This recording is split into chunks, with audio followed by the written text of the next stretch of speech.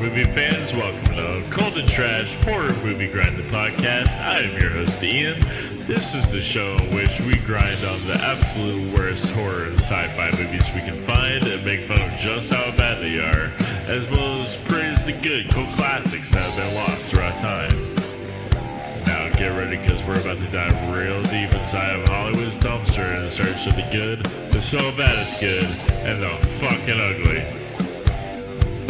Now put on your seatbelt, grab a beer or two, and enjoy the show.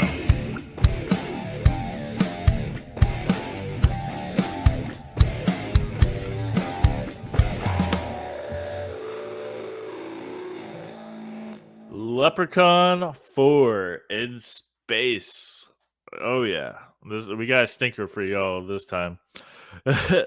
So this is the fourth Leprechaun movie. For some reason, I guess you could say that. All right, so it all started out with Chucky franchise was good, right? Child's Play, and some people were thinking, how can we steal this idea but make it shittier and stupid and cheesier? Leprechauns. And they did that for like three movies, and then they were like, this is going decent, but how can we make this worse? Oh yeah, bring him to space. That's right, we got Leprechaun in space. This is the fourth one. Came out in 1996, directed by Brian Trenchard Smith, starring Warwick Davis coming back as the Leprechaun. I got 3.5 stars on IMDb. We got some friends here. I'm bringing them back. Sloan, welcome back to the show.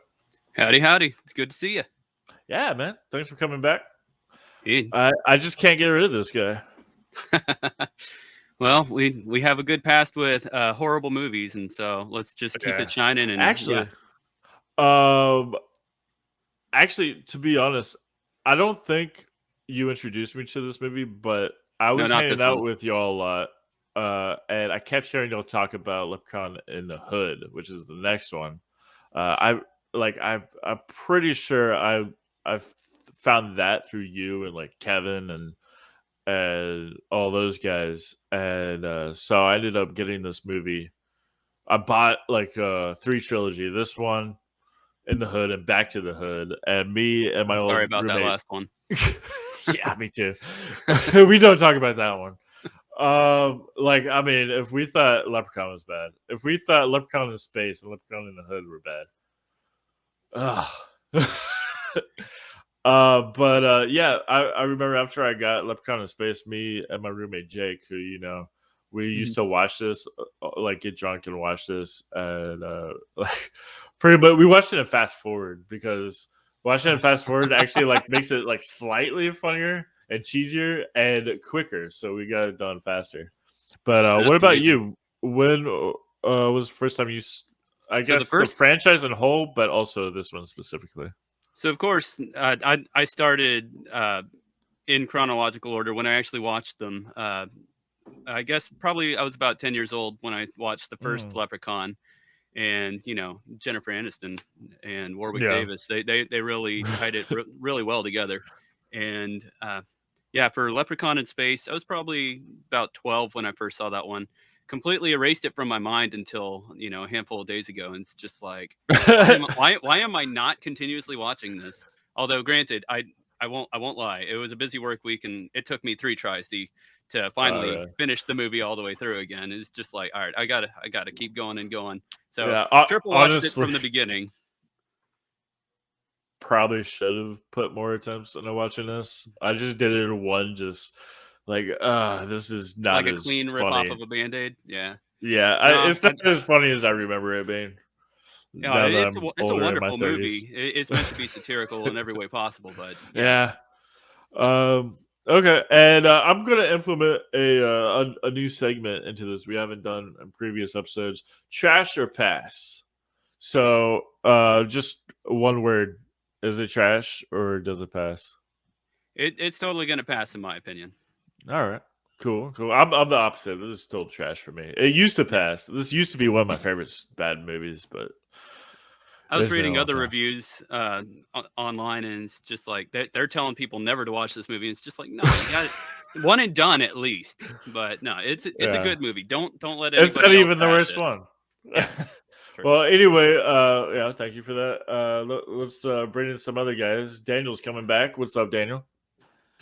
Oh, not too much. How you guys doing tonight? Pretty good. So yeah, same question goes to you. When was the first time you've seen basically the whole franchise, but also this movie specifically? Well, the most recent time that I went through the whole franchise was maybe about 2 Halloweens ago. I decided to go through all of the really big franchise movies that were horror related, and watch them from start to finish and sort of decide a ranking for them. And when I had done that this last time, I had thought that Leprechaun in Space ranked a little higher. Must have been very late at night. It does not rank as high this time. But I probably first saw this pretty near to when it came out. I would say late 90s.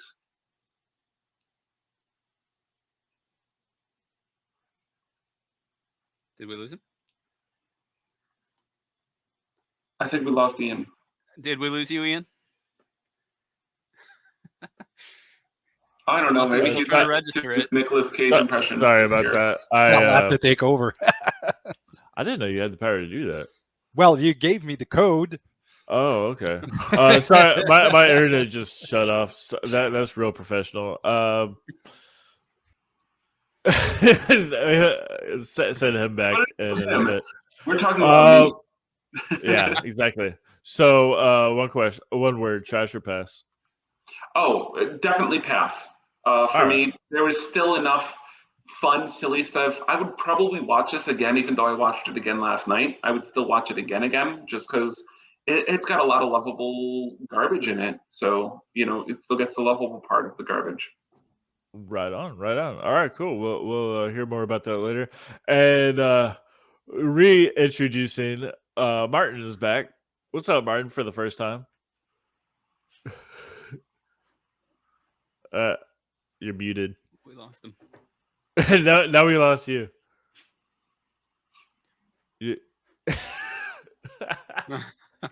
We'll bring him back in. All right, let's try again. You there? I am, guys. There we go. All right. Cool, no, cool. I thought there was like some sort of translator with StreamYard, so that's why I was talking in French. That was just straight muted. Yeah. It was. Maybe this website doesn't like French. You insulted the French frog. I'm very disappointed. All right. Well, let's try to get back on track. Okay. So, same question.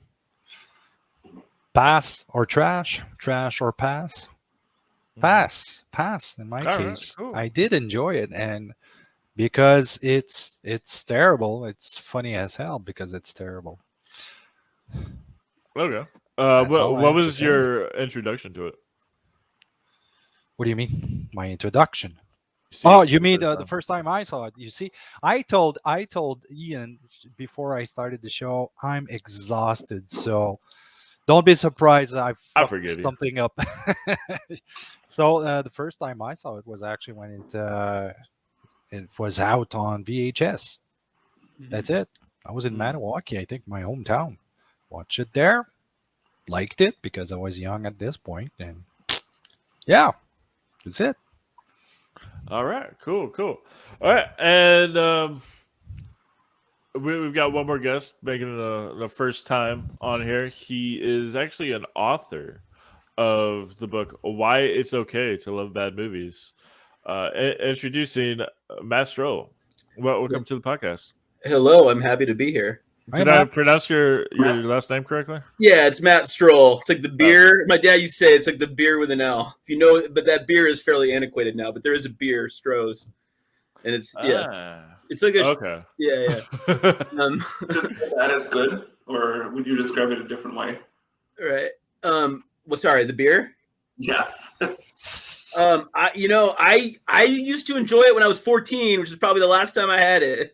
It is so bad it's good beer then. Great. Yeah, fair enough. Yeah. We have now changed podcast. We are now in having a beer with Ian. I'm kidding. Okay, so what? Okay, so you did write a book, Why It's Okay to Love Bad Movies. Before we get into that, I would love to hear all about it. Let me just ask you the same question. What was your introduction to the Leprechaun franchise and this one specifically? And is it trash or pass? Awesome question. So I was pretty late to the horror genre. I love bad movies my whole life, but I actually wasn't big on horror in particular until I was maybe 21, 22. And my little brother used to watch, and his friends used to watch these trash horror movies over and over and over again. And Leprechaun series, those were among them. So I just kind of thought of the Leprechaun as this trash that my brother and his friends were always just cackling and watching. Yeah. And that was always I thought of it. And I had definitely seen it before, but it wasn't something that I really thought of myself as liking. I actually watched it twice this week though. Okay. So I definitely enjoyed it.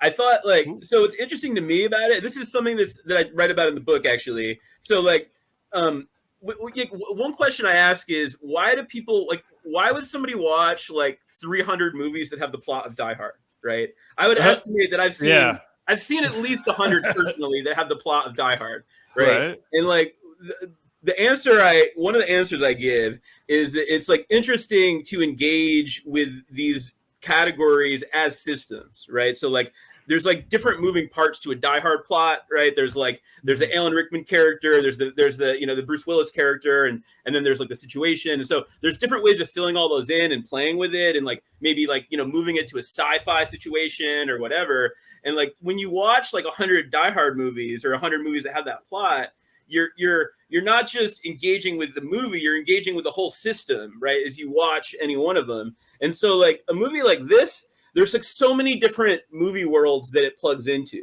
right? So of course there's the whole Leprechaun, Child's Play, kind of cackling horror, funny little kid character type genre. But there's also obviously all the movies that have the plot of Alien that this is connected to. There's The Fly, including this one. Sorry to interrupt, but Leprechaun in Space is definitely aliens. Yeah, exactly. So all these, there's a bunch of movies that have the plot of Alien, right?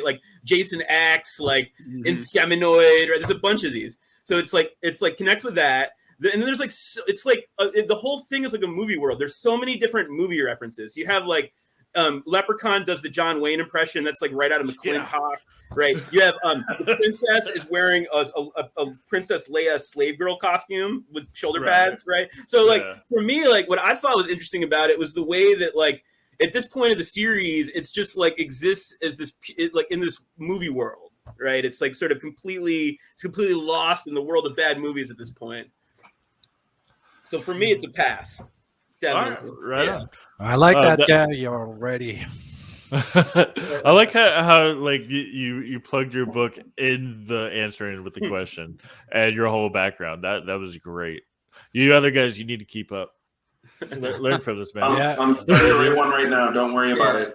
But I want to know more about the psychology behind the bad movies, and Matt is very interesting so far. So I'll let him talk. Success. So let me tell you a little bit about the book's about. So my background. So I'm a philosophy professor at the University of Montana. So I taught a class today on Plato. I taught a class today on feminist philosophy of art.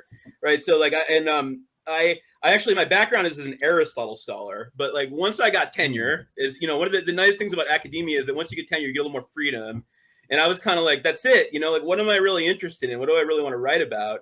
And what I love is movies. It's a lot of things I'm interested in, but I really love movies. And so I've just kind of migrated into putting my energy into writing about movies. So I have this blog, just Strolltopia, just my name, Strolltopia. And I just started it. I didn't expect anybody to read it. I just wanted to start writing about movies just for my own, just because I thought it was interesting. And this eventually kind of blossomed into an idea for a book, right? Which is to think there's a lot of questions in philosophy of art, questions about just about questions what does it mean for artwork to be good? What does that mean? Right. Questions that I think are you can shed light on them in interesting ways by looking at bad movies. Right. Because, for example, the phenomenon of people who love bad movies or who enjoy bad movies, that indicates that in some way or other, the idea of what it is to be a good movie and the idea of what it is to be valuable come apart, because we value these movies that we think are bad, right? So that's like this really interesting thing to try to explain. And I think that like that connects with a lot of existing debates in the philosophy of art. And there's a lot of interesting overlap. So what do I say in the book then? So that's where I'm coming from, right? So like, what do I say? Well, again, so there's 6 chapters, and I cover a lot of ground, but like the starting point of it is just the question of what does it mean to say that a movie's so bad it's good. So before I say a little more about that, I'm just curious of like what your intuitions are. Like if I say that a movie's so bad it's good, what do you think that means? Because it's a curious phrase, right? Yeah, for sure. Like, you don't say something so hot it's cold, right? You don't say it's so big it's small, right? So like what do you think that means? Yeah, that's that is an interesting question, and for those who don't know, I actually run I mentioned it, but I run the Facebook group "Movies So Bad They're Good: Midnight Cult Classics at Camp." So you know, I've definitely delved into that question myself, and it's actually a good question to ask the members of that group. I've never really done that before, which I probably should, but. For your question you just asked, I'll give that to the panel if anybody would like to jump in and put it in your. Okay, Daniel, what's that? I definitely think it's when you cross your boundary of watching a movie to interacting with a movie. I don't think that there's, and this might just be me, the way that I view a movie, but I don't interact with straight good movies other than maybe a sort of thing. When I watch a movie that's bad, I might get bored. I might do something else. I might even leave in the case that it's not, fun enough. When I watch a so bad it's good movie, I start to say things to the screen. I start to interact with the movie itself, the characters, the actors, whether it's making sniping comments in rhyme at Warwick Davis, or whether it's pointing out really bad movie flaws, like if your mic just starts going crazy all over the place there, or whether it's, seeing a string or some craziness happening with the way that they're doing movie props. If something looks really fake, really dumb, really crazy, or even sometimes when it's really good, you just suddenly want to interact with that movie on a deeper level than just keeping it to yourself. And it brings the interest out of you. And if you don't have anyone with you to watch the movie, I think one of the crazy things that it does to the people that are interested in the genre is it makes you want to share it with others. Watching a so bad it's good movie is not an endpoint. It's not an endpoint until you have brought it into the outer world. It's like an infection. Totally good. Yeah. And this beautiful, and like, let me ask you something. This is really important because everything you just said is totally feeds into what I'm going to say in a minute about like what my view is about this. But like, let me ask you something. When you're talking at the screen, when you're like in a way, like joking about the movie, but isn't it in a loving way, right? Like that's the key. Absolutely. I think. Yeah. Right. Because I think there's 2 ways to do it. So like the key starting point for me is that there's really like 2 separate ways of doing this. One way of doing it is loving. So that's why the title of the book is like why it's okay to love bad movies, right? Because I believe I love bad movies, but for me, I engage with them in a positive way. Like I'm never am like making fun of the movie in a negative, mean-spirited way ever, right? Like, but the thing is that people do that. That's like a whole genre of bad movie interaction is like ragging on the movie, like being mean, like talking over it, like making like obnoxious voices, right? And so like the starting point for me is I ask, what does it mean to say a movie's so bad it's good? And I think it means 2 different things, right? I think so the key here is good and bad can't mean the same thing, right? So in other words, if you say it's so bad it's good, you don't mean that it's bad and it's good in exactly the same way. You mean like in one way it's bad, another way it's good, right? So like I think that what I mean when I say it's so bad it's good is that it's bad according to like conventional standards and norms, right? So yes. It's just like this sort of assumed set of standards. It's the kind of standards you can just take for granted when you're like writing a movie review and like, like the USA Today or something. You can just say, for example, the movie has plot holes, therefore it's bad. That's just like a norm or a standard you can just employ. Right? Yeah, right. Right. So when you say a movie's so bad it's good, what I mean is that it's bad in terms of conventional norms and standards. But because of that, that's what I like about it. It's good. I value it. It enables these ways of engaging with it that I value. And exactly what, in the way you describe, these ways of engaging with it are social, right? They involve creativity on the part of the audience, right? But they're loving and tender and they're affectionate, right? But there's another thing people mean though, which is that the movie is just bad. Like I hate it. So when I say it's so bad, it's good. I hate it. It's bad, but it's fun to watch because it enables me to crack jokes and I enjoy that, right? So I think some people mean that. They mean like it's so bad it's good. Like they like to hate watch it, right? They like to like. Right. And there's some right. There's some stuff that I hate watch, right? Absolutely. Like I might hate watch like a dating TV show or something, you know. So I get that, but like I don't necessarily do that with movies, right? But I think so. There's like hate watching, which is like it's so bad it's good means it's so bad that it's fun to make fun of it. And then there's like bad movie love, which is it's bad according to conventional norms and standards, which is what I love about it. You know, I definitely agree with everything you said, although I think that both exist separately.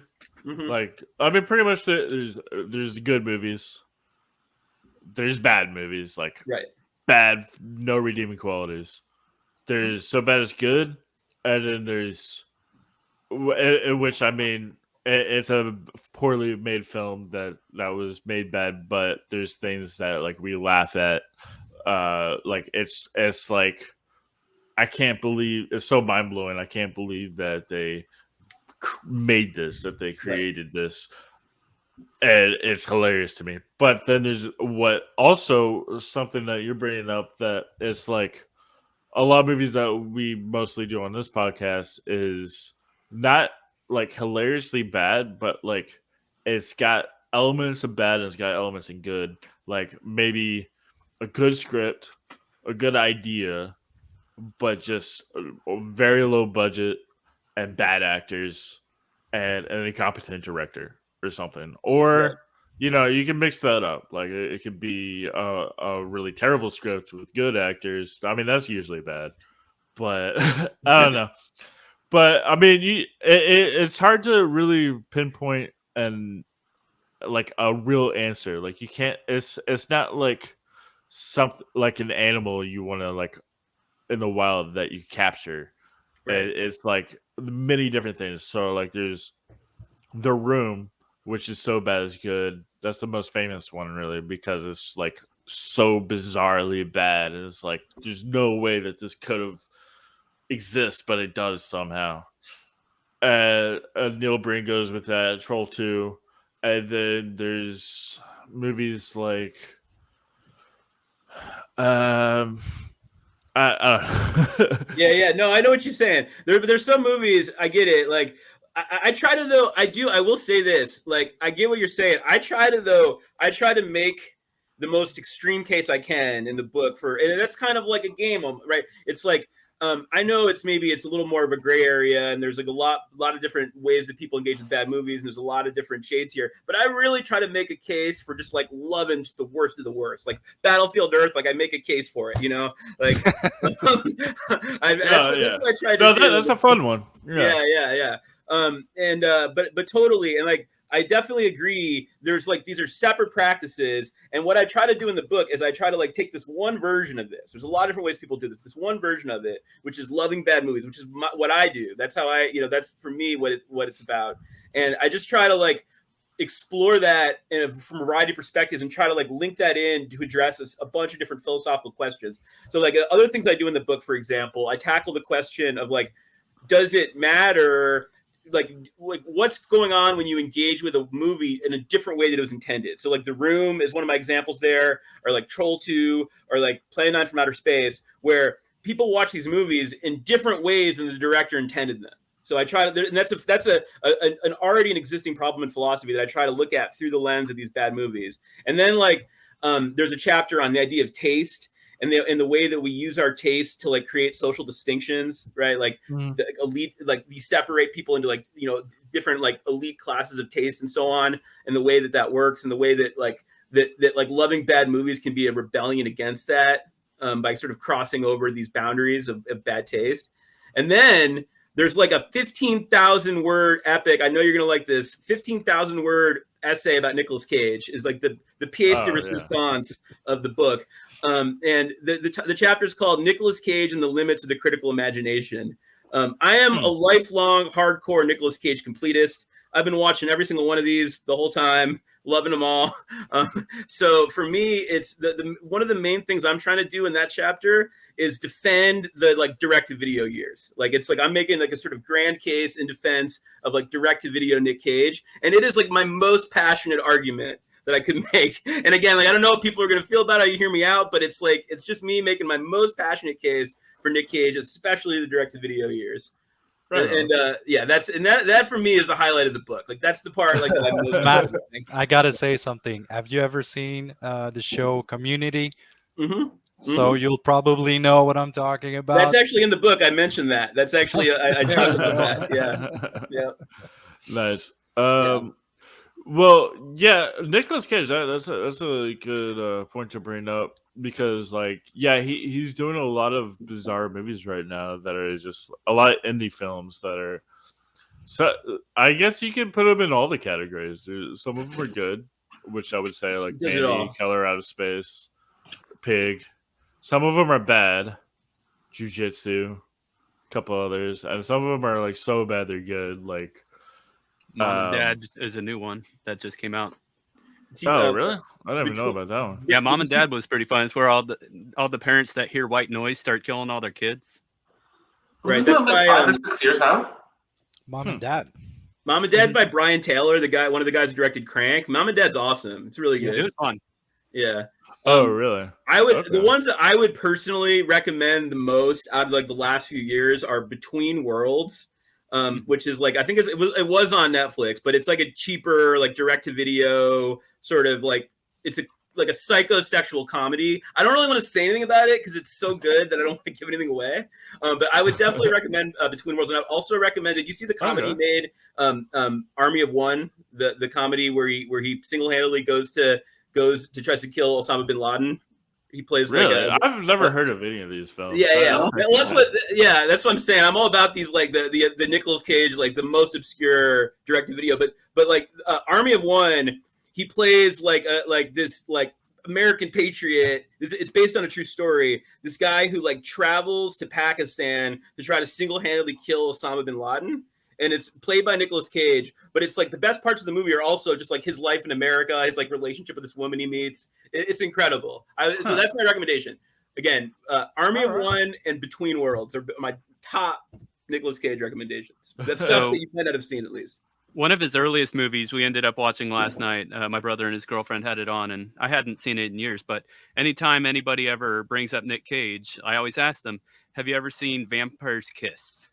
And that's he pretty much plays kind of like a Patrick Bateman, and imagines that he gets bit by a vampire and just goes insane and starts attacking his assistant at work, and just goes through this whole loophole of like downward spiral. And it's such a wonderful sight to see, especially come near the ending. It's just so wonderful. I would like to bring that up. We'll do that on this podcast at some point. There's so many of his movies that I want to cover on this podcast. All right. So Martin, you're currently, as we speak, as we brought up before in the previous episode that you were in, you're making a documentary on the So Bad It's Good genre. Yeah. So what are your thoughts about what Matt said earlier? Oh, I totally agree, man. That's why I'm doing that documentary, because what Matt is saying, what Matt has probably wrote in his book is everything that we need to explain in the So Bad It's Good documentary. And that's why I left you a message, Matt. So when you have time, no problem. Yeah, I agree. And I know we're talking about Leprechaun 4, but I'm so deep into Matt's conversation that I can't think about anything else at the moment. But right, I do have a question. I should have planned this out better. I do have a question for Matt, though.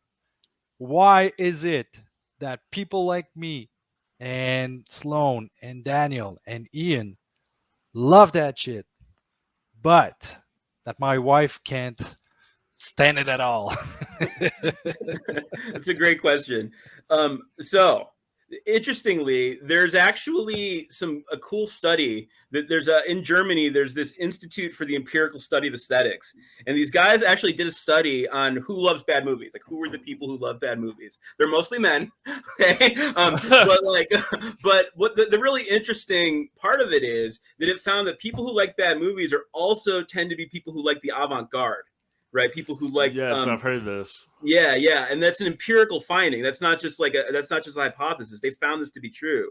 So interestingly, it seems like liking bad movies is just a matter, in part, of liking transgression in the art form. Right. So that's what bad movies in the avant-garde have in common. The avant-garde transgresses the norms and standards of the genre, but it does it in a way that's perceived as artistically serious, right? So like David Lynch or Cronenberg or something are examples that sometimes come up of people that do things that really stretch the boundaries of like say the horror genre, but that are and that violate received norms in certain ways. That David Lynch, the acting is really weird, and Cronenberg, the acting is really weird, but people take it to be artistically serious. And bad movies I think are movies that break these rules, transgress these norms in a way that's not seen as serious, right? That and so, but it's interesting that the people who are interested in both seem to be people that are attracted to transgression,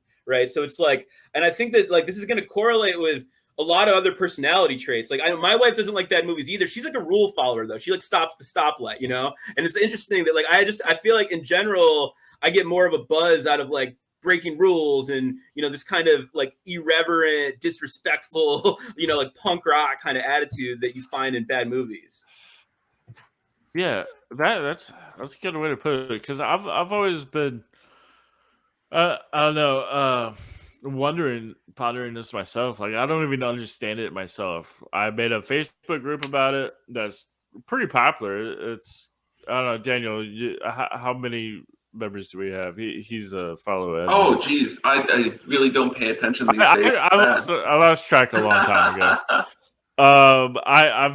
This is now my third podcast on the genre. I'm involved with Martin in his documentary, and I don't understand it myself. I'm just me neither. It's all every time somebody asks me, why do you like that kind of shit, I'm like, I don't know. I just like it. It's laughable. I find it funnier and more entertaining. Like bad movies like Troll 2, Neil Brain movies, Leprechaun, stuff like that. They're more entertaining than actual comedies that were written in actually trying to be funny on purpose. It's almost more of a slapstick comedy. Yeah. Well, actually, so Sloan, I'd like to kind of bring you in on this one as somebody who's been pretty silent during this. We've been talking about, some of the ideas of cult classics and so bad it's good genre. Matt was mentioning that there was a lot of crossover between people that like things that are traditionally well written. And we talked about Leprechaun 4 ripping on these movies. So we're talking about the original Alien movie. We've got a few things from 2001 Space Odyssey. We've got good movies that they're ripping on in this. Why is it that Leprechaun 4 can still be enjoyable when it's hitting us with these other better, arguably, movies? What is one scene that you thought that Leprechaun did better than a traditional horror movie or a traditional, sci-fi horror movie for Leprechaun 4? So, yeah, I'm a huge fan of this question. So, all right, I'm going to start with the fact that the movie is purposefully satirical. It's just driving these jokes and shoving them down your throat. Oh, and they want it to be crass. They just want it to be as edgy as possible. And so going back to what Matt was saying with the whole potential old good scripts that are getting rewritten into these horrible movies, a case in point being the remake that they did with Keanu Reeves for The Day the Earth Stood Still. That was awful. Nobody talks about that anymore. No. And so, yeah, the original is still so wonderful. It's iconic vintage. But, yeah, there's different things that change people's opinions. Like some people want more of the slapstick comedy. Some, you know, a knee slapper over a tearjerker any day. And then, you know, as you said before, you can have a horrible script and then suddenly great actors. Troma makes wonderful movies all over the place dealing with all sorts of that stuff. God, one of the worst movies I've ever seen is in one of their collections, and it was called The Garden of the Dead. It's about these prison inmates that are, I guess it's a Texas privatized prison, so they're all doing chain gang stuff, but they have to ship in formaldehyde, and they're all huffing formaldehyde to get high, and so they end up all turning into zombies, and you know, they gunshots and nothing else will hurt them.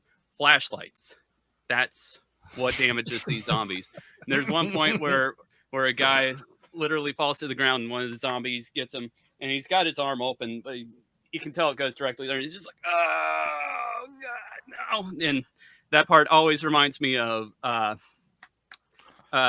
near the end of the 90s Buffy the Vampire Slayer movie with Paul Rubin as the second in command vampire. And she ends up staking him, and he's got like that never ending.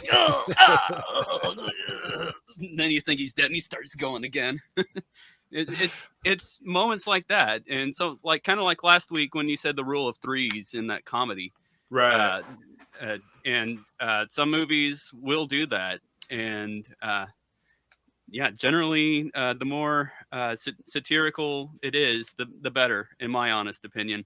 And going back to Daniel's question about about my favorite section of the movie, I'd have to say I can't tell if he was supposed to be a space Nazi or something like that, but Mitten Hand ends up getting injected with the royal blue blood of the princess mixed with this emperor scorpions and tarantula, and he turns into the abomination. Ridiculous. It's just like, I want flies. No, I need to put flies.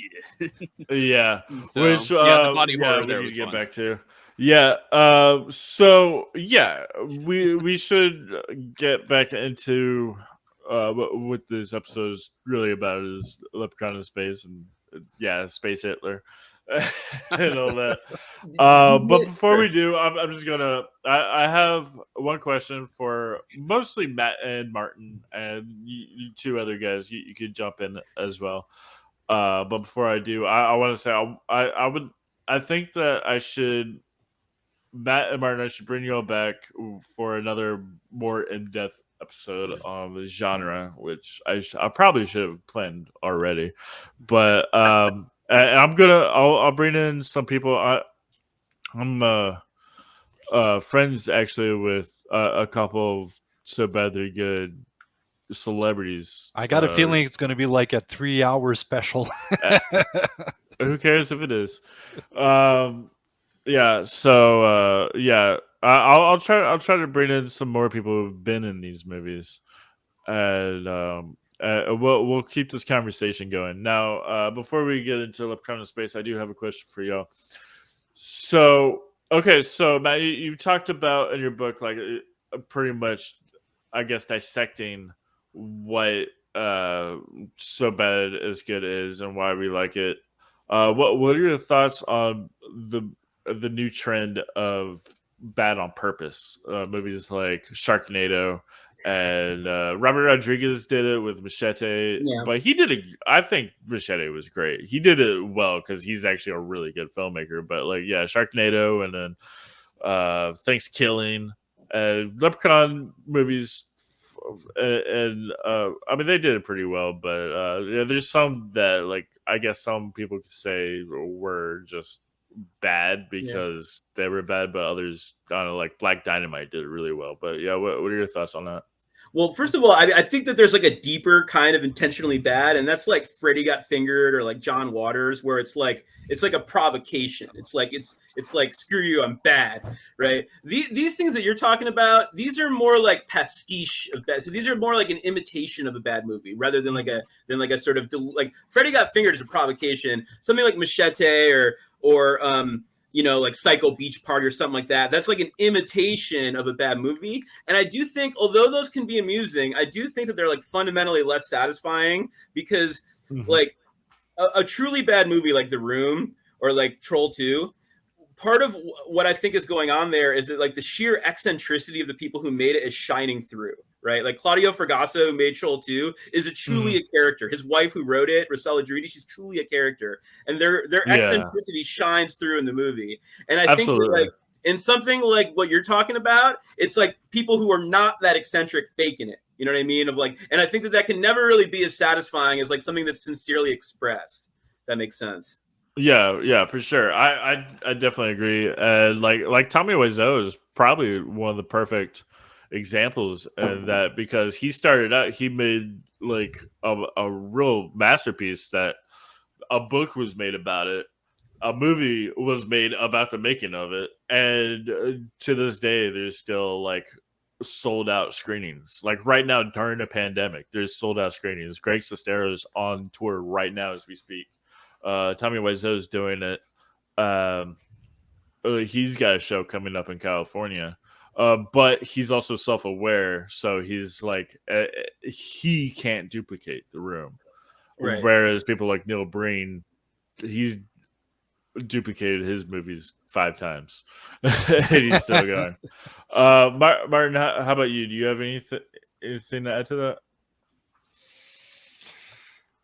Oh my God, I would have a lot of things to add to everything that we've been talking about because it's such a large subject, and I'm sure it would make a pretty good show a part of Leprechaun 4 because, geez, I think Matt has a lot of things to say, and I do too, because there's a lot of questions to ask when it comes to So Bad It's Good movies.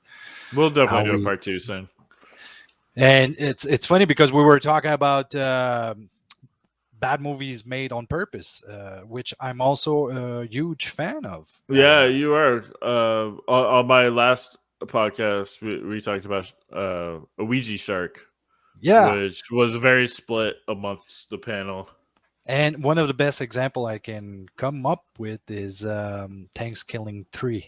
I just love that. Made a 3? They made it 3. I didn't know they made it 3. Do you know why they made it 3? Because in the third one, they're actually looking for the second one. There's no second one. There's only a 3. Oh, okay. Well, it goes like good. 1 I to like 3. That. I like that. I will say that as you know, as much as they're trying to really, I guess, capitalize on the genre, sometimes they do a really good job. Like Sharknado did. Their third one was called The Third One. It was Sharknado 3, The Third One, and I love that. But yeah, anyway, let's get into Leprechaun in Space. Definitely check out Matt's book, Why It's Okay to Love Bad Movies. We are recording this way ahead of schedule, and actually this episode won't come out for a while, several weeks, maybe a month or 2. So what your book's supposed to come out in December, right? Yeah, the current date is December 30th. I don't know. You might ship a little before then. I don't know. Of course, like academic publishers don't think about Christmas as a consideration, right? The publisher is Routledge, which is an academic publisher. So it's really funny because most of what they're publishing is like actual academic books, and then there's this. So, but yeah, so it's like it's coming out December 30th. So you're telling me that if I put it on my Christmas list, it's not going to come in time. Yeah, I know, and I'm so bummed about that because that's what everybody wants is a Routledge monograph by me, right? It is. Well, so by the time this episode comes out, I don't know if it'll be before or around that time. If it does come out, then check it out now. It's in stores now. Yeah, but you can pre-order it in any case. Yeah, you can pre-order. It just depends on when this episode comes out. So anyway, Leprechaun in Space. I'll start out with the trailer, which I've got right here.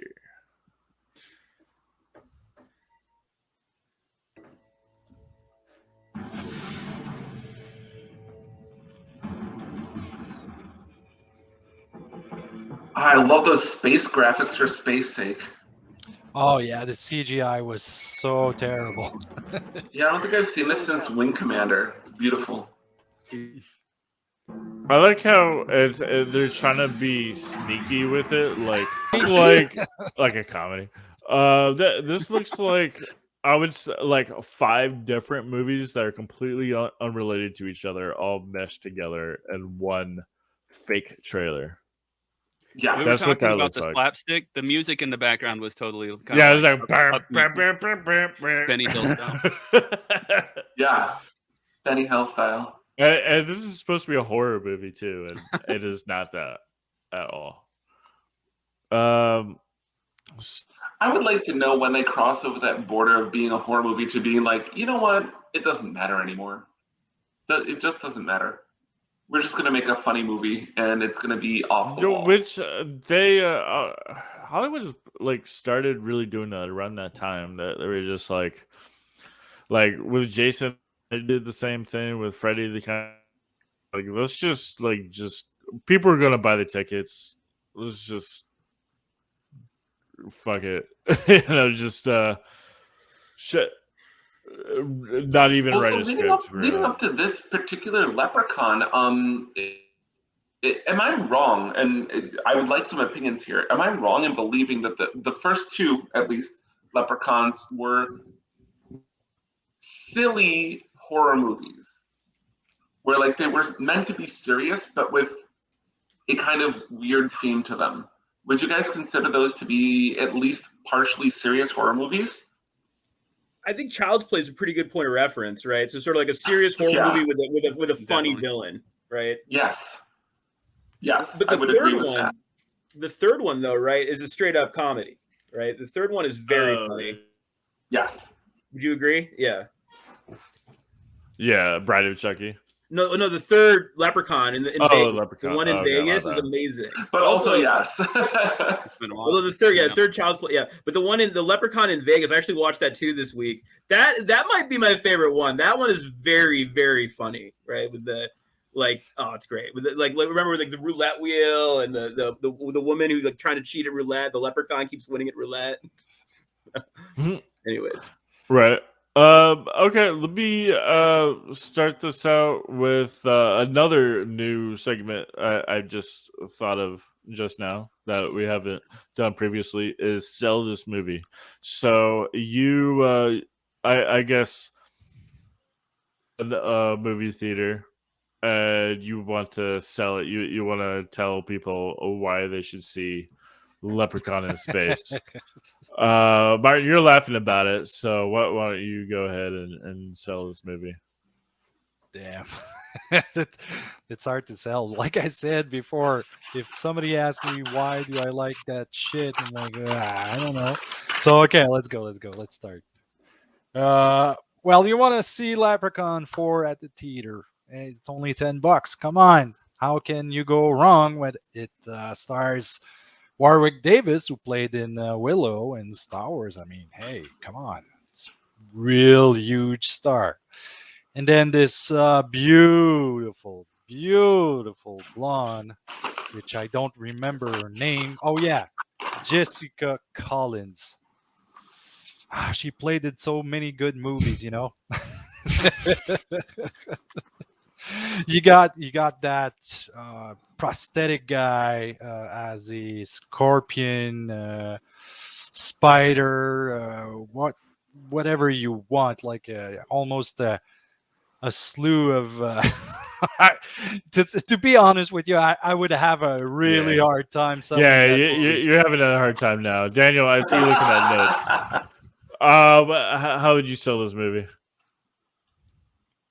It's a hard sell, but I've got to say that you've got to go with the same deep voice guy that you had in the original trailer. Outside of this world, we encounter an alien species from our own planet. Dick bursting. Horrible scene. Space STDs. We have heroes with grenades. Do you want to see the Leprechaun and Giant? It's right here. I mean, it had all of this stupid ass space tropes. I can't do justice to it.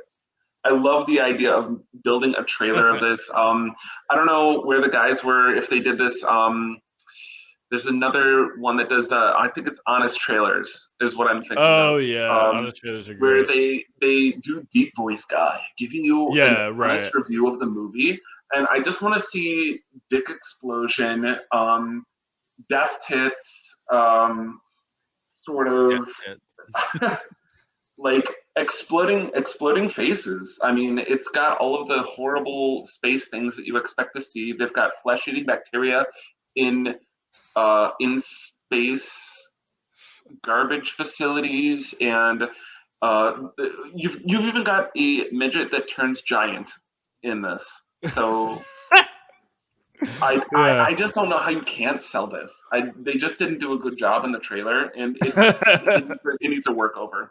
Well, when I think about it, there's two ways of selling it. Okay, there's the hard way, which is trying to sell it to my wife, for example, which is not going to be possible. And there's the other way, when you try to sell it to the friends with whom you actually watch that kind of trash. I mean, it's easy, But no, don't try to sell something like this to somebody who likes to watch serious movies. It's not going to work out.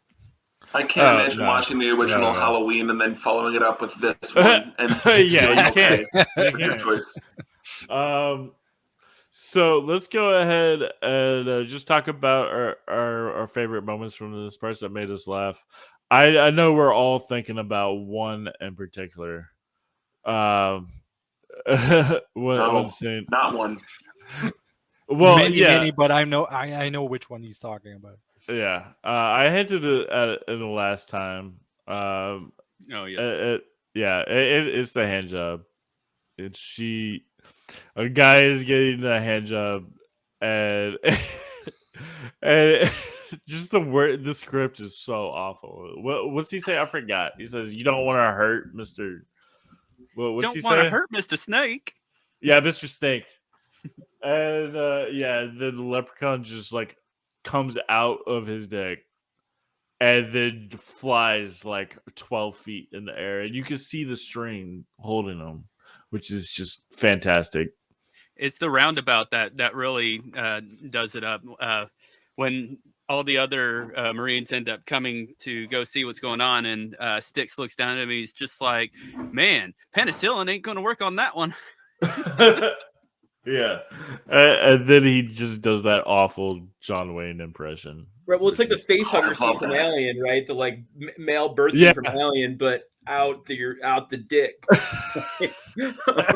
Yeah. This is really like, this is just aliens. Like, my favorite part about that, Space Marines and everything. My favorite part about that is the way it's set up, where he pees on the leprechaun's foot. Right. And there's like an effect where it flashes, and that's like the leprechaun impregnating him with the seed in that moment that swims up the pee. It's like you don't necessarily catch that the first time you watch the movie, but the second time you're like, oh. Like that. You're like you realize what's going on pretty quick. Yeah. And then you question what's going on. You're like, are they really taking it here? And no, I get it. Wait, no, I shouldn't be getting it. Like, they're not really doing this. Yes, they are. And it actually shows like his flies open and this giant bulge comes out. And you're like, no. Like, what the fuck? And then it's in that bulge is in the shape of his hat, which is just ridiculous. And he comes out. How can you not like that? No, that's the best part.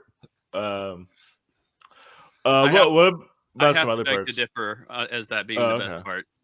No, the best part definitely has to be Tim Colteri, who is known as Metalhead in this movie. They don't even give him a real name. Yeah, and it's I think it's Sergeant Hooker, isn't it? It's Sergeant Hooker, isn't it? Because you got books, and then maybe it was Hooker, but online they only have it as Metalhead. Yeah, on IMDb. He's made. He was in Full Metal Jacket as the door gunner. Yes. Oh man, I'm so mad you said that because I wanted to say that. Oh, sorry, but the best part is probably after he takes over his mind, and they're in the gallery, and he starts doing the drag dancing. He went from a terrible, worst actor I've seen in weeks into a pretty alright, decent actor. I he did a good job with that. Like, he was terrible up until that part. When he's covered in dynamite, and they're just like, "No, don't shoot him! Fuck no, blow him to bits!"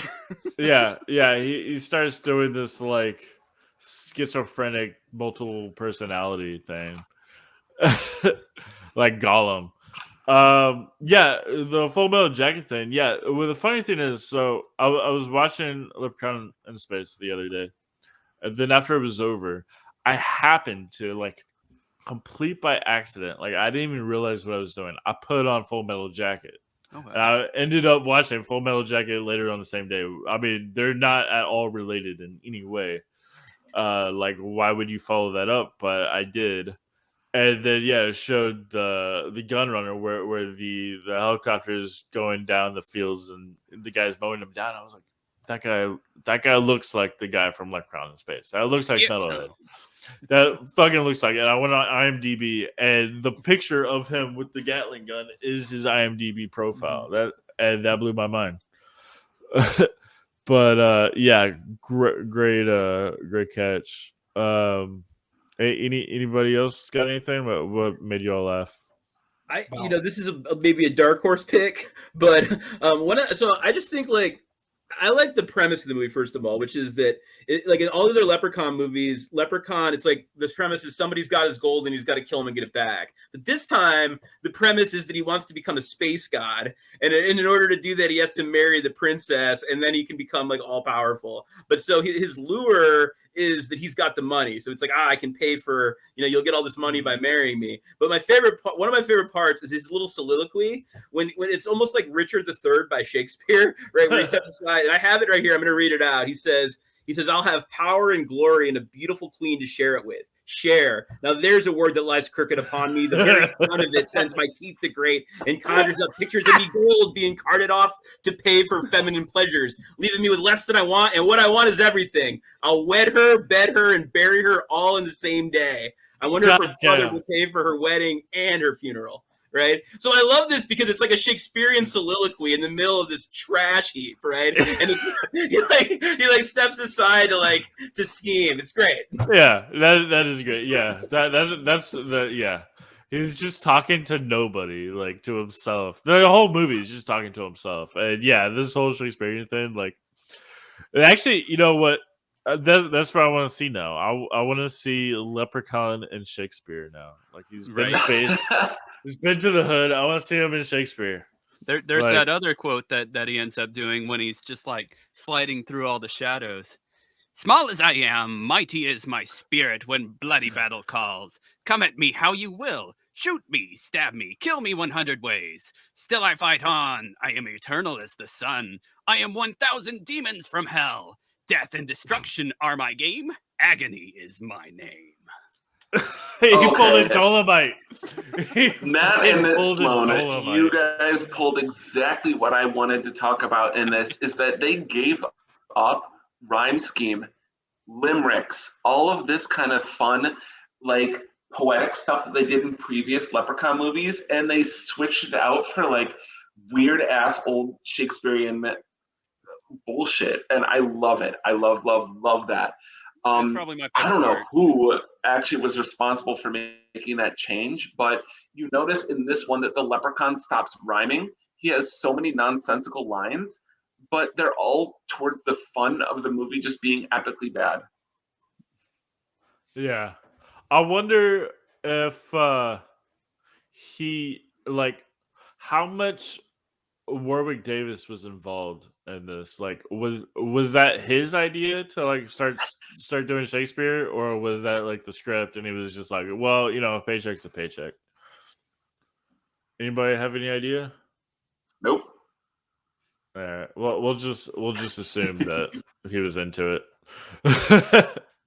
Warwick Davis was the central point of this movie. I just got to point this out immediately, just before we go any further. Well, yeah. He's honestly, but he is so much missing from the Leprechaun movies of late. And it doesn't matter how much trash some of these Leprechaun movies are that he's in. I will always watch Warwick Davis spouting his ridiculous Leprechaun gibberish on the screen. It's amazing. Yeah, you know, no matter his thoughts on this film, like if he liked it or not, he definitely gave it his all. Like he went in 100%, which is I guess talking about what we brought up earlier is that yes, this is a terrible movie with a terrible script, terrible everything, but with like he actually did good acting. The other actors more or less, probably not more, they're all less, but some of them actually did a good job, and some of them didn't care, like the princess. But like Metalhead, he actually at first I thought he was just like where'd they get this guy? This guy's terrible. But then like the whole like multiple personality thing, like I was like, okay, he's actually he's not necessarily great, but he's trying.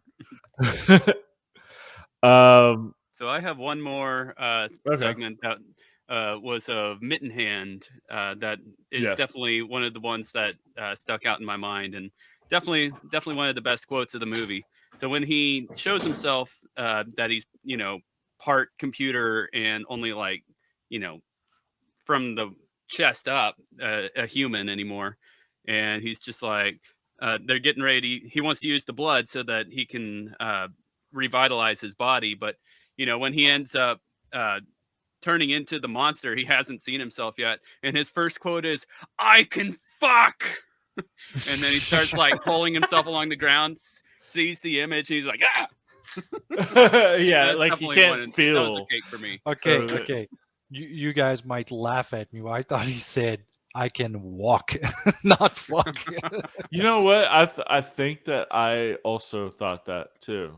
Maybe that's actually the case. Maybe Sloan's wrong.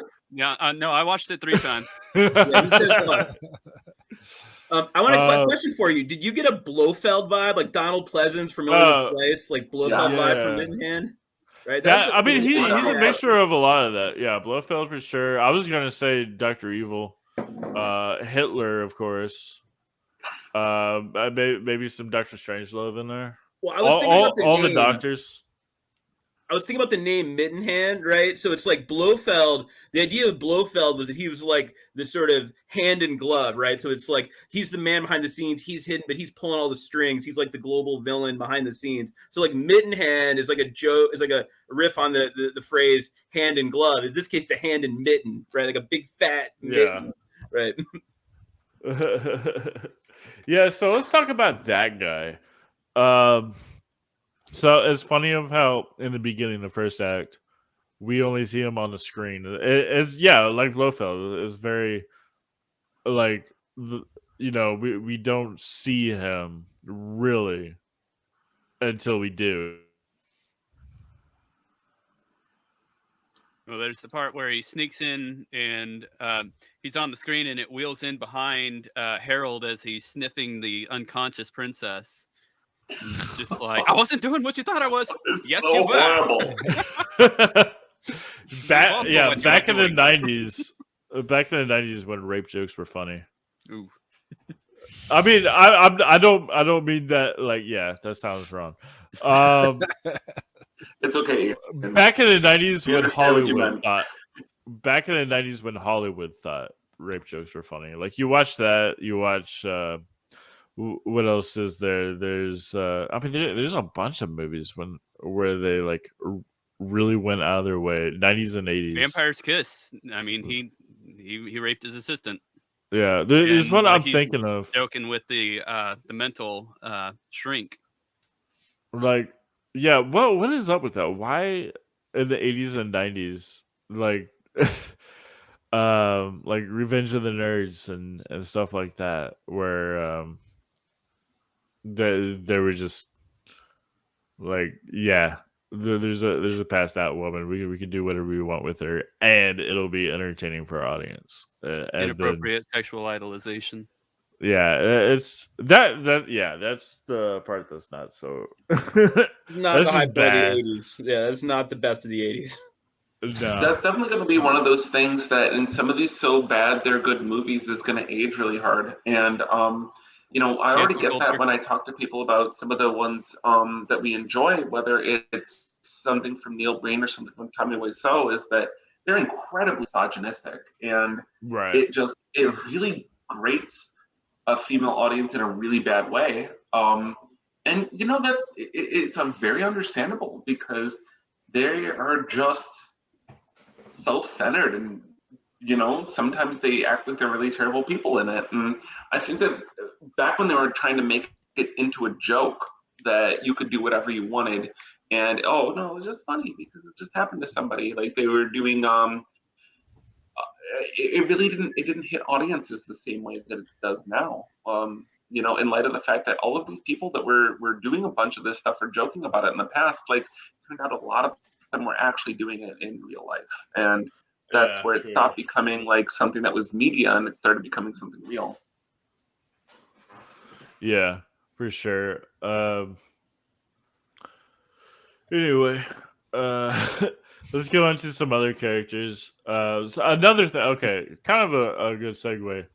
So there's also the misogynistic, rapey jokes, and then there's the racial jokes. We have this one character, I think he Sticks, the one black guy who's like very, very. Oh my lordy, it's dark in here. Yeah. He's like too black. That, like, basically, like, how I see this was that they filmed the scene, and the director's like, "Cut! No, you just gotta be blacker." No, well, and that's how that comes off as. And it's not the first time that he plays that kind of character. I mean, that's true. He's the one who got killed in Friday the 13th Part 5. Yeah, that actor became Joanna Man. What's that, Sloan? That actor, you remember the movie Joanna Man? He is Joanna Man. I've never seen that. No. Yeah, I haven't seen it, but I've heard about it. Yeah, cross-dressing basketball player. Oh, yeah. Oh, my God. Yeah, it's from forever ago. Hey, this guy has at least 140 movies in his filmography. I mean, that's a lot of movies. A very good career. It's like everybody in this movie, not actual like known celebrities, but they've all like done a lot of work. And soap operas and Baywatch and stuff. Yeah. So that's interesting. So I guess I'll leave it up to y'all to bring anything up. That's pretty much all I got. Any other parts that kind of stick to mind, or characters or actors or anything y'all want to bring up?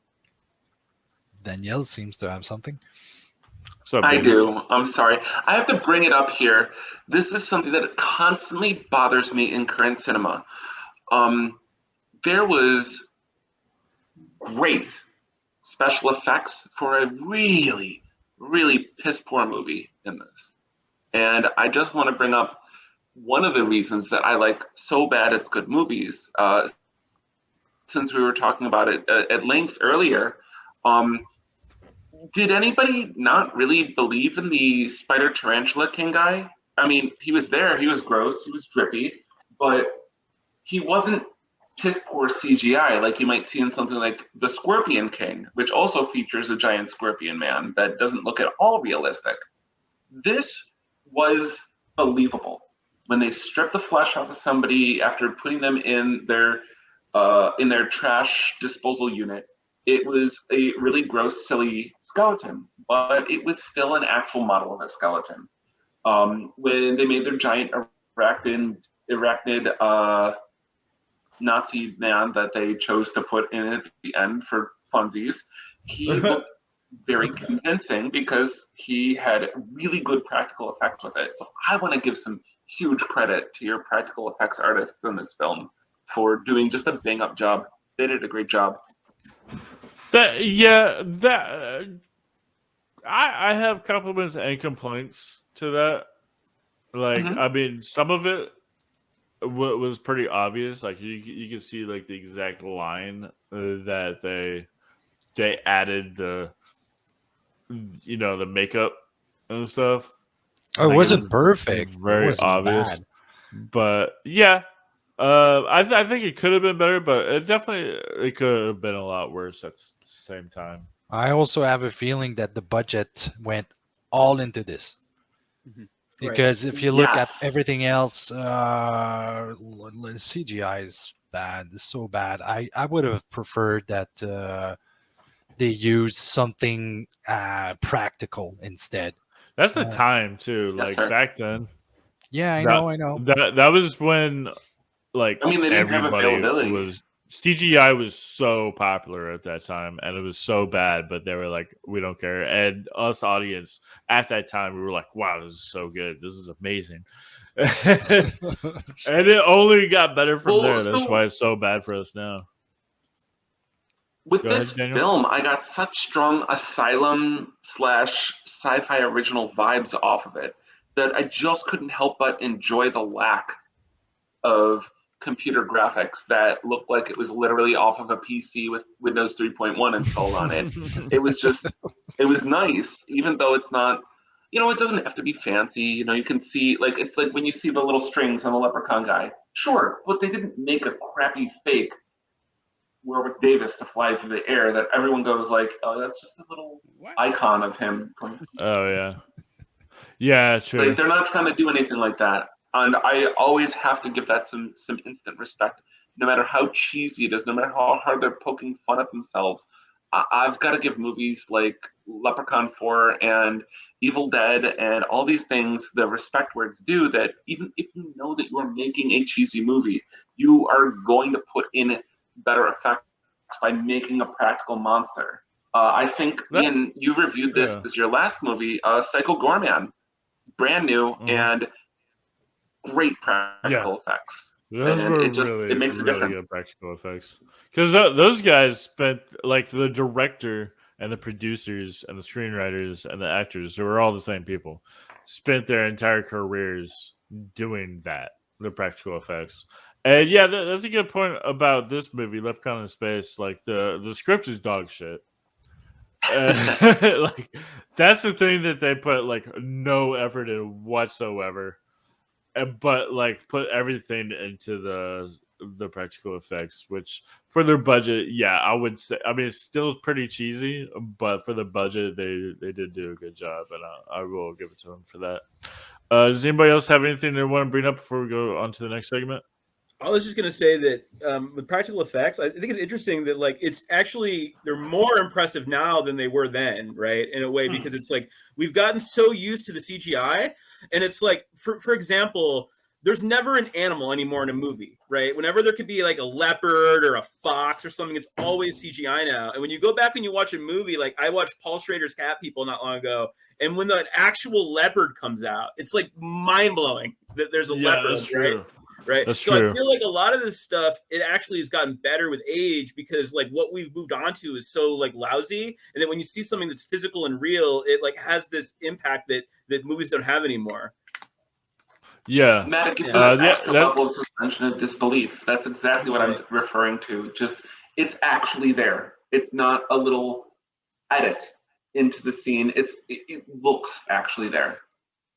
I recently showed 2001: Space Odyssey to some friends of mine who've never seen it before, and I had no idea what they were getting into. And there's the beginning with the apes, and you just reminded me that there is a leopard that attacks a guy. There's a guy in an ape suit, and I think it's the same ape suits they use for Planet of the Apes.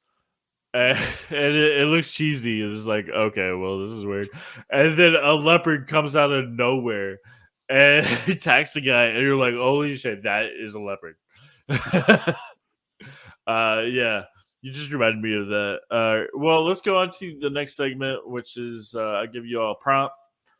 And basically, what would you do for this? If you were a producer and you were in charge for, I guess, making a sequel or prequel or even a remake. If you could remake this, how would you do it? Who would you cast? Who would be the director, or just continuation or whatever? Does anybody have anything? I like I said earlier, I forgot what I said earlier. Anyway, Sloan, go ahead.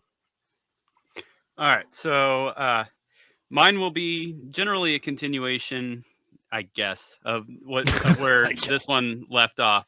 And so after, the whole concept of the beginning of the movie was he was inside the mines and disrupted like $500 million worth of mining construction. So, Weyland-Yutani's trying to build better worlds, and he just wants the gold in the cave. So after Weyland-Yutani sends these space marines to take out the alien, God damn it! Sorry, God damn it! No, he got blown up, and so after he gets blown up, he decides to go back to the planet Earth. This is where my real story comes in, and once he gets back to the planet Earth and he's repieced and finds civilization, he uses his magic and he causes all of the women on Earth to suddenly become pregnant. And so mine's a little bit of a play on words, since Plan B is not an option. It's Leprechaun in the Planned Parenthood. That's not a little bit of a play on words. That's a lot of a bit of a play on words. It's miserable. I love it. I would watch it. Yeah, that's pretty good. I love it. I also yeah. So I want to do aliens. I want to take aliens, the entire movie, and replace all the aliens with the Leprechaun. Like Sigourney Weaver, just all the footage. Sigourney Weaver, Duke, fucking, all of them. It was Game Over, man. All of that with and just all the aliens were replaced with the Leprechaun, and that's all I want to change. I'm sorry, I've been stealing all your prompts tonight. I mean, I just thought about that like 10 seconds ago, to be honest. Like right before you said that, I was like, oh man. But yeah, that would be hilarious, I think. And then what's her name? The ones in Aliens, the one female space marine, who's really badass. I don't remember her name. I read the books and I can't even remember. It's change her, replace her with the Tool Time chick from Leprechaun in Space. And that's the only edit. Anybody else have anything? Yeah, I got one. Oh yeah, Daniel, go first. Oh, okay. I would like to go with the fact that everybody is making a new series. The night that we're recording this is the start of Chucky. If anyone's interested in that. I love the idea of bridging the gap in this series with Leprechaun Legends. And what I'd like to see is a sort of anthology style series where you go through the Leprechaun in time, because what they never explain is how the hell the Leprechaun gets into space or how he gets back down to the hood after these movies. And I feel like these stories are going to be real good. Like real good. So how is it that he's all of a sudden up in space like, yep, the new plans, I'm going to marry a space queen. In the future too, by the way. Yeah, when did you decide that was going to be your good idea? Like, been the plan all along. What? No, this is the plan. Look, they have a gold shrinking right now. This is unfortunate. Like, wait, who developed all this? Why is it that you're on a thing? And again, you guys brought up earlier, I don't remember who specifically it was, but like, are any of these people even human? Because obviously the alien girl's not, but we don't even know if the mercenaries or anyone else is. Just all of a sudden, Leprechaun. Yeah. And I would love it to not just be a one-off. I want it to be tied to Leprechaun in the Hood. I want it to be tied to the Leprechaun origin stories. I want to see all those little weird bits that happen in between. I feel like this would be a 6-part mini series that I would watch. So what happened? Have you thought that through? Like, how do you get from Earth to in space and then back to the hood? And then back to the hood. One of the problems with the Hood movies is that I actually don't remember how either one of them ended specifically. I assume that I had we're in the same boat on that one.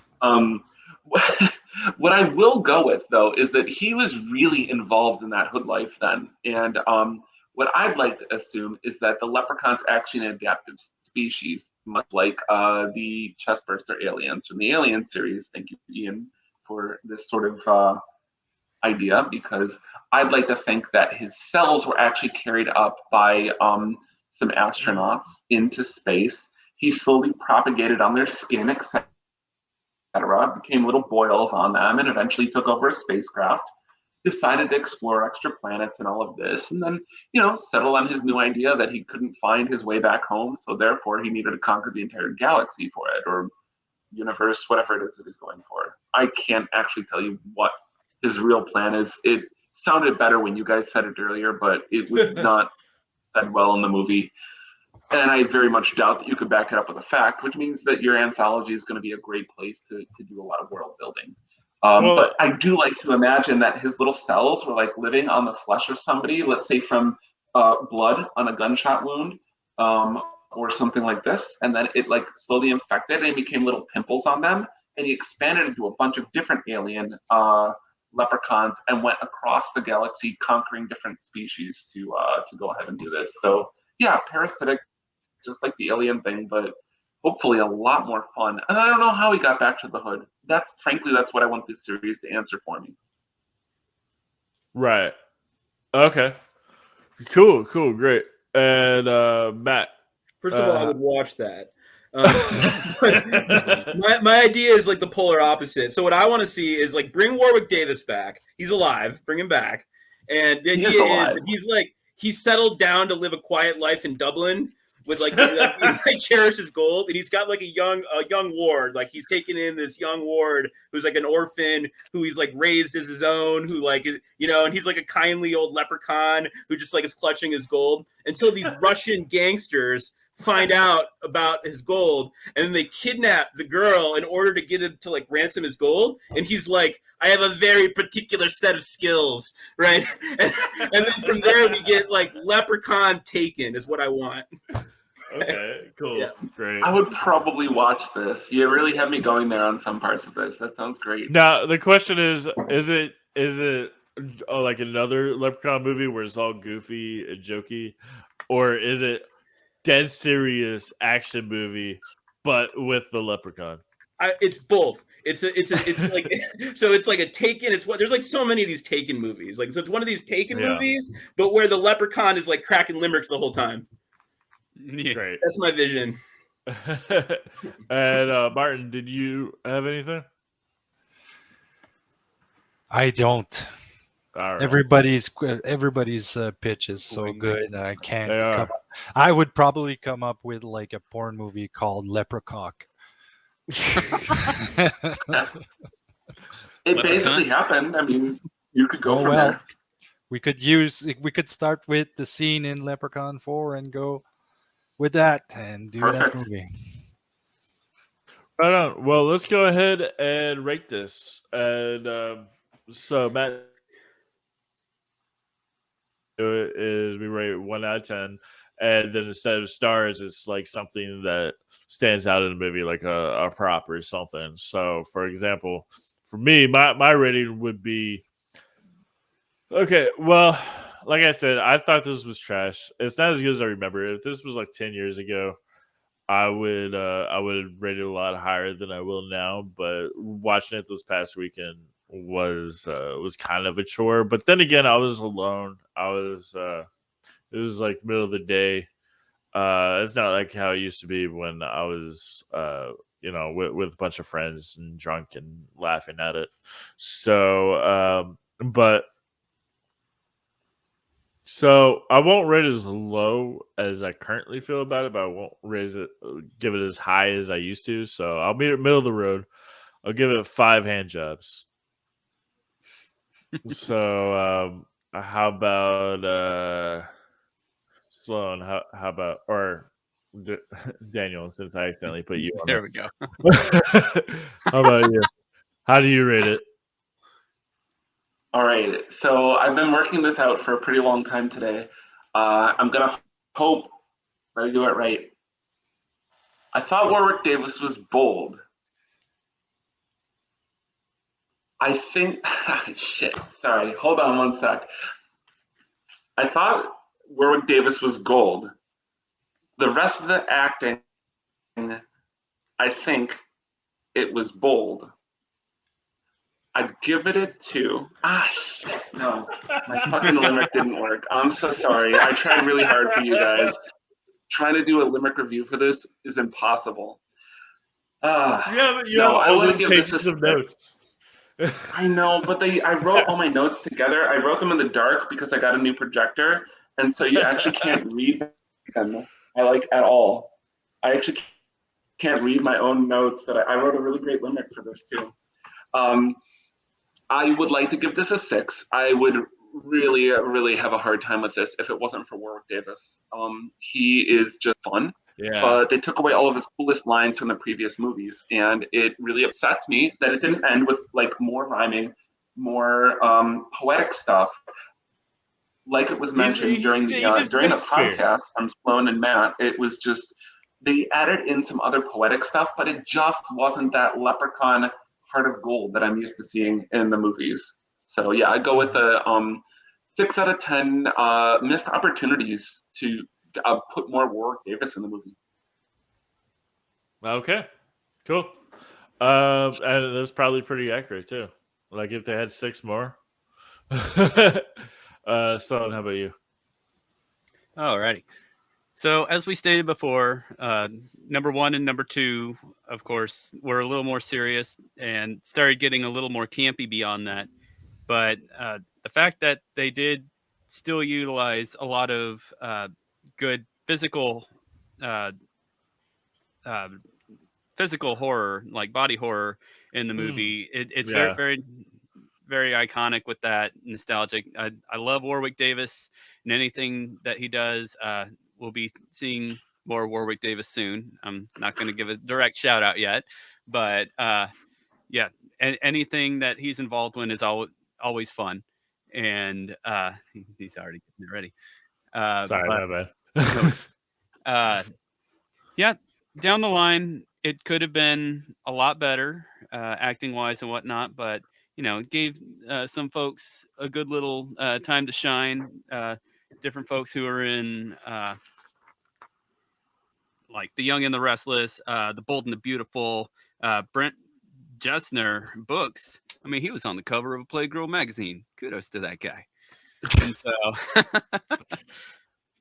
more than I ever did in my life. But true, you can't hear him. Right. But yeah, everybody did a fantastic job. They were meant to be as corny as possible.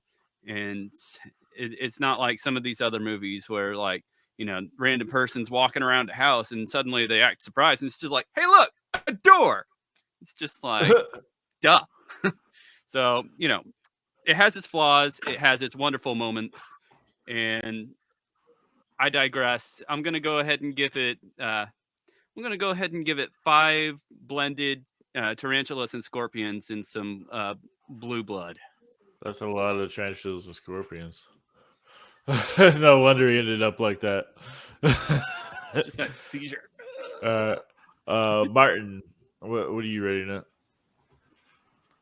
You see, I watched it with my daughter. First thing my daughter said when she watched it, she's 8 years old, by the way. She said, "Why does Leprechaun not use his magic just to appear with the princess?" I'm like, I don't know if it's because he needs to kill people before getting there. They should have used her during the script writing process. That's it. So she had a good point, of course, but then you don't have a movie. But I did enjoy it just because I watched it with my daughter because she was having a good time. And she's the kind. Wait, go ahead. Sorry, I have to ask. What about during the hand job scene? Like, did you just skip forward? Was that uncomfortable? Like, she didn't know what was happening. I mean, for her, there was only a leprechaun coming out. Like he comes out of his crotch. Yeah, that's it. And she's like, "Oh, okay." So she watched worse than that. But back to what I was saying, she had a lot of fun watching it, and as well as me that when you're watching a movie, as like Leprechaun 4 with somebody else, it's a lot more fun than just watching it alone. So just because of that, I'm tending more to give it 7 death penalty tits out of 10. Yes. All right. Cool. And then that will leave us with our new guest, Matt.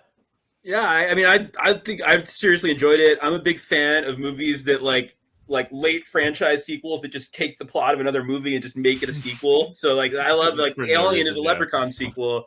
I thought there are a few parts that, you know, some of the more regressive stuff with like making fun of gay people and stuff like that I could have done without.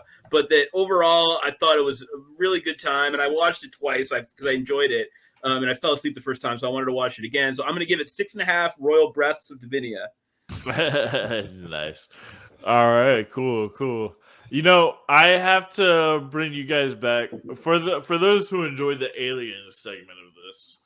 I have to bring you all back for a movie so bad it's good. Mostly bad. Actually, it's way more bad than it's good, but I kind of want to cover it on this. I did it on my very first podcast. It's a movie called Terminator 2. Yeah. Not Terminator 2.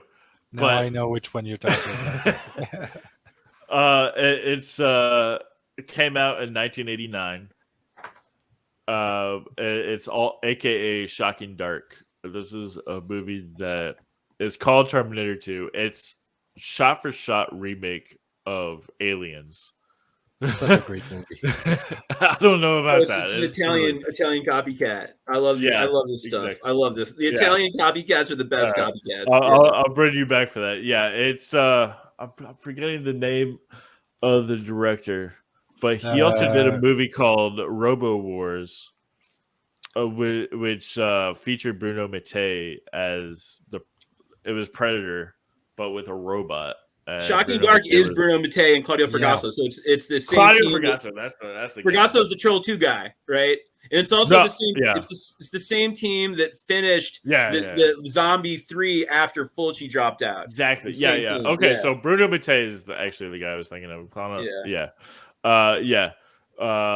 It's so bad. But anyway, that will conclude this episode of Cult and Trash Horror Movie Grind. Thanks, Sloan, Daniel, and Martin for coming back. And are you going to introduce the next clip? Or? Yeah, I will. Okay. I thought we were just saying goodbye. How dare you rush him? Nobody rushed anyone else in the whole film.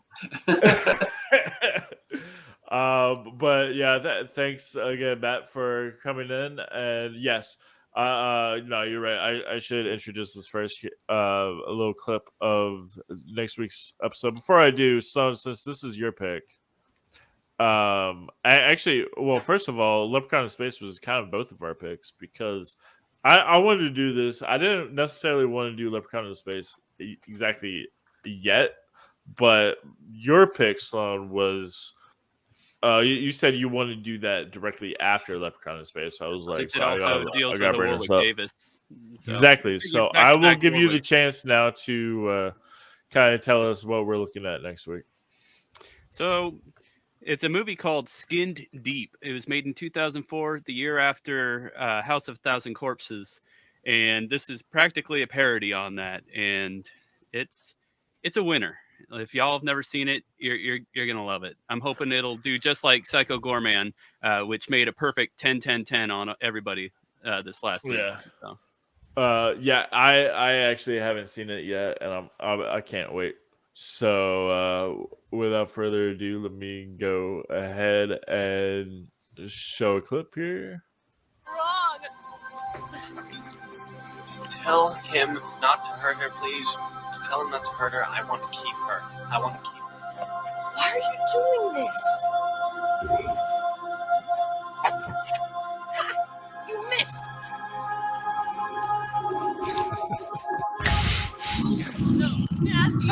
So it was up to there when I was like, you sent me this link actually. Yep. I told you to send me a YouTube video, and the first, I guess, 20 seconds, I was like, what am I looking at? Are you sure you sent me the correct video? Like, what is it? And then that happened. So I'm like, all right, cool. Yeah. It's a wonderful movie. There's our little man. I'll take care of her, I promise. Please, Oliver, please. He plays a wonderful character named Plates, who hides plates everywhere and just chucks it at everybody's head. It's wonderful. Yeah. Oh man, that's okay. Well, anyway, so that's next week. Matt, everybody check out his book, Why It's Okay to Love Bad Movies. You can pre-order it. It'll come out in December, and also check out Martin's old not the current one. We're still working on the current one, but you have another documentary that just came out called Hell to the Deadites, which is about fans of Deadites. And all right, cool. Well, thanks for listening, and we'll take it easy. Everybody have a good one.